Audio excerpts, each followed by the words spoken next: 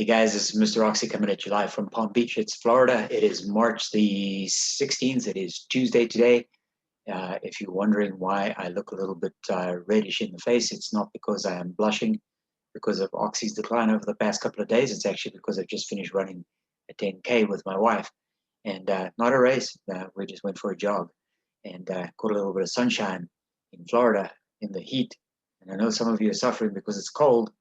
But burn that natural gas, baby, burn. Anyway, a few of you have asked me some questions about where Oxy is going. Also, some questions related to midstream partners and maybe making a comparison video. I'm going to do some of that, and I'm going to address some of that in this particular video. But what I really want to do is look at where Oxy might be going in 2021, especially with the end of the first quarter now just a couple of weeks away. And of course, we're going to have to wait about 6 weeks or so before we find out what the first quarter looked like. But we certainly know that they went into Q1 with a WTI price in the 50s, high 50s, then 60, and now in the sort of early to mid 60 range. So let's see where we go. So anyway, I put together a little presentation for you. Stick with me for a few minutes. I'm going to walk you through it, and let's go from there.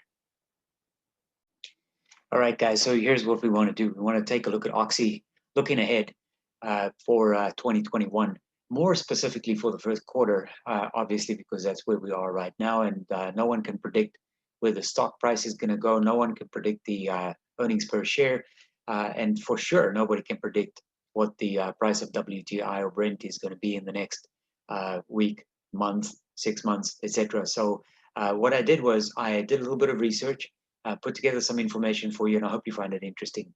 So the first thing I want to do is I just want to give a shout out here to a couple of guys. Peter Smith was the first guy who said seemingly a strong quarter with respect to WTI, the oil price. Obviously, he says January $52, $60 in February 21, March 64, etc. Anyway, so we have an average of around $60 or so. We should see some strong free cash flow, says Peter Smith about 20 hours ago. So we're going to take a look at that. And then Peter added the question. He said, do you think Oxy will report a positive EPS for the first time in 12 months?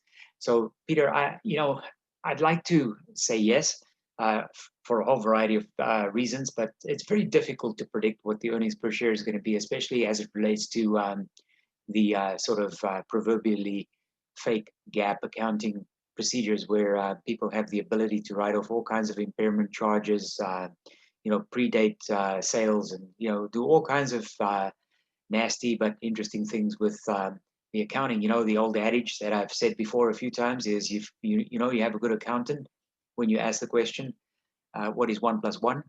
And he says, what would you like it to be? Bulldogs came up with another suggestion. Thanks for this one as well. Bulldogs number 1. Of course, everybody by now knows that Bulldogs are the number 1.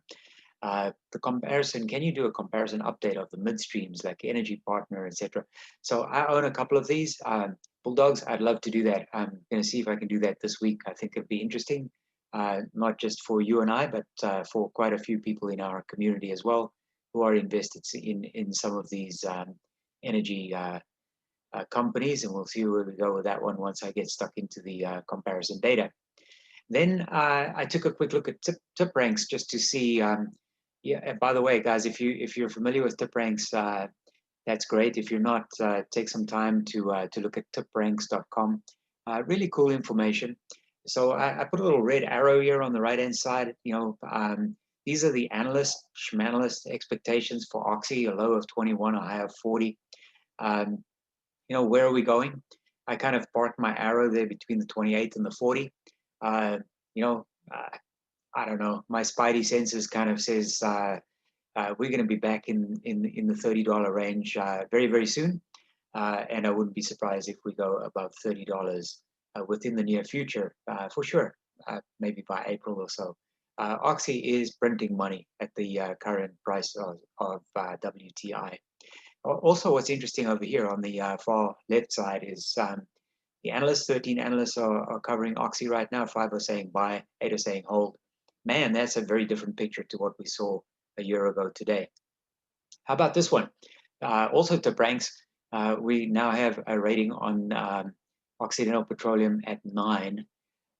Whereas just a few months ago, and guys, if you've been following my videos and if you've been a member of our community for a while, you'll know that Oxy was stuck at like 1 or 2, most of the time on 2 for the longest time. Now suddenly it's at number 9. Analyst. They just check which way the wind blows and then they go along with it. How about Stock Miner? He says, what's next? 25 bucks or 30? What do you guys think?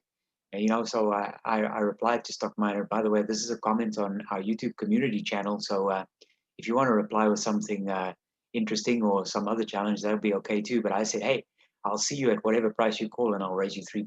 How's that? So let's take a quick look here at Oxy. So just looking back just a little bit, in Q4 2020, revenues 3.3 billion or thereabouts, with a loss of 1.3 billion, which is $1.41 per share. But that was mostly due, this loss, to the $850 million loss related to the sale of some non-core assets in the Permian Basin. And that's one of those things when I talk about the EPS. So in response to Peter Smith's question, you know, it's like you never know what's kind of hiding there in the weeds, or, you know, like the old adage is, every time I pick up a rock, I find a scorpion. You don't know what they're going to report. All things being equal, they may well come in at earnings per share of around 0 or positive. I'm not sure. Obviously, you know, my crystal ball is a little cracked, so we'll see how we go. But is it time? You know, this is a good question. Is it time for investors to perhaps take some profits? Guys, you know, no one's ever gone broke taking a little bit of profit. And you're not going to tank Occidental if you do take some profits, because, you know, unlike Carl Icahn, you don't own 100 million shares, or whatever he has at the time of making this video. But anyway, you know, if you got into Oxy, or if you managed to get your cost basis down by adding to your Oxy when Oxy was trading at you know, 10, 11, $8, whatever the case might be, and you're sitting on a nice chunk of profit, no one's ever gone broke taking any profit. You may want to take a little bit of cash off the table and let the rest of it just run. Anyway, it's not a suggestion. I mean, obviously you can do whatever you want, but there's no harm taking a little bit of profit when you have some to take. Let's take a look at this one. So as I said, I'm looking back a little. Q4 2020, this was their last reporting. And the only real thing I want to focus on here is this bottom line over here. Look at the free cash flow in millions of dollars as we progress through this 2020 pandemic. So we started off over here with fourth quarter 2019 at negative 284 million, and bounced back up to almost $1 billion in Q4 of 2020.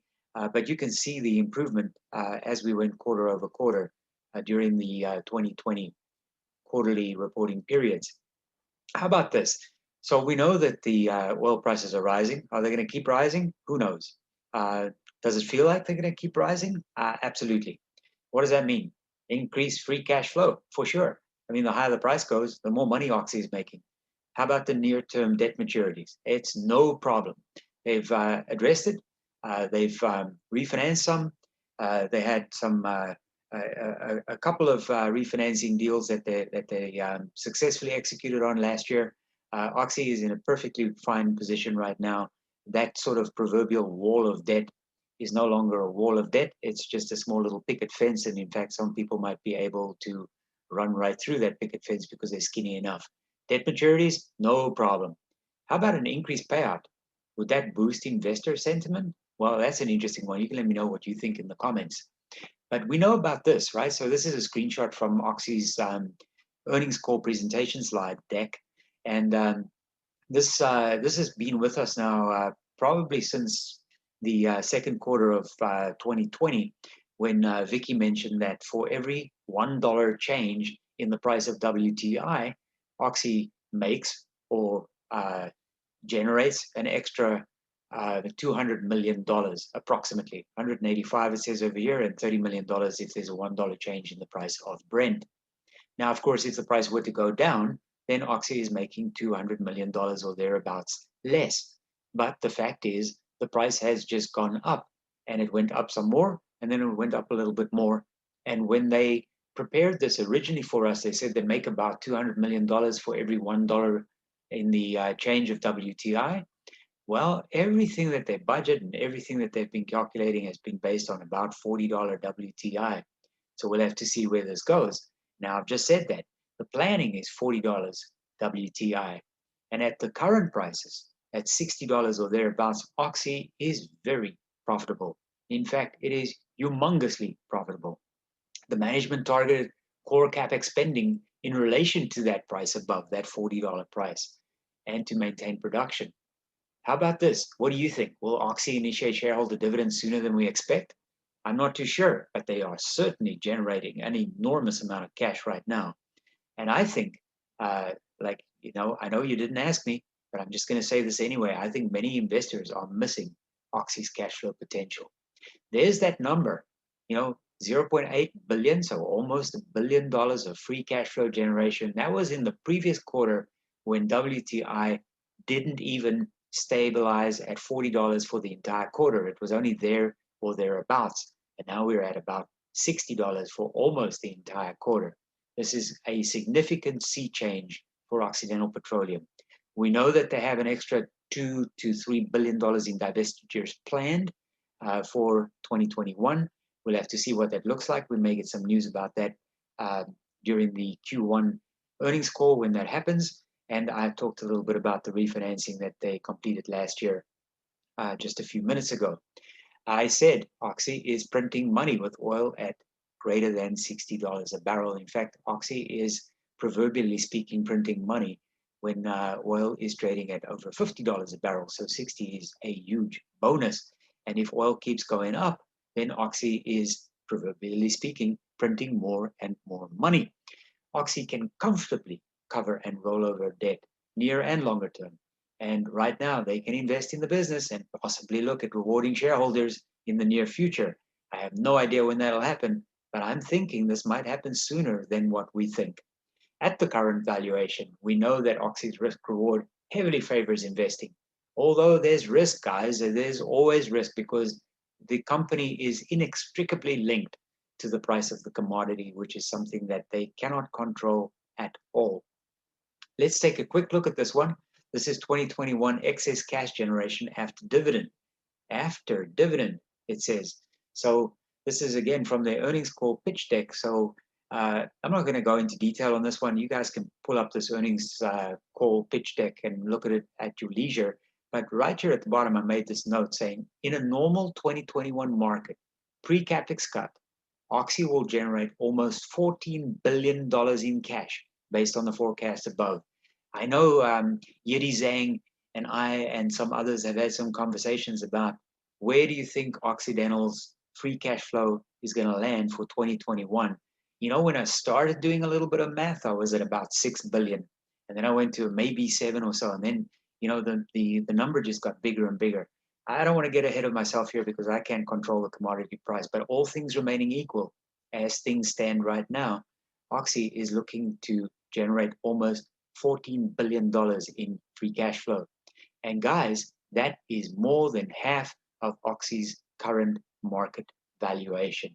Who would have thunk? So guys, there you have it. That's my take on Oxy. $60, more than $60.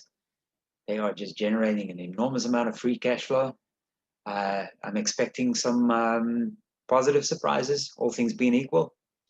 When we get to the point where we actually get the Q1 report, which is only going to be in early May, so it's still, as I said, about 6 weeks away or more, maybe 8 weeks from today. Oxy's in a good spot right now. Do you want to invest in Oxy? Do you want to buy more? I don't know. Those are questions only you can answer because you know your investment thesis, your personal situation, the reasons why you would invest at all. But as usual, share with me your thoughts in the comments. Let's chat and help every one of us get educated and be better investors. Thank you for watching. Take care, and I'll talk to you soon. Bye-bye.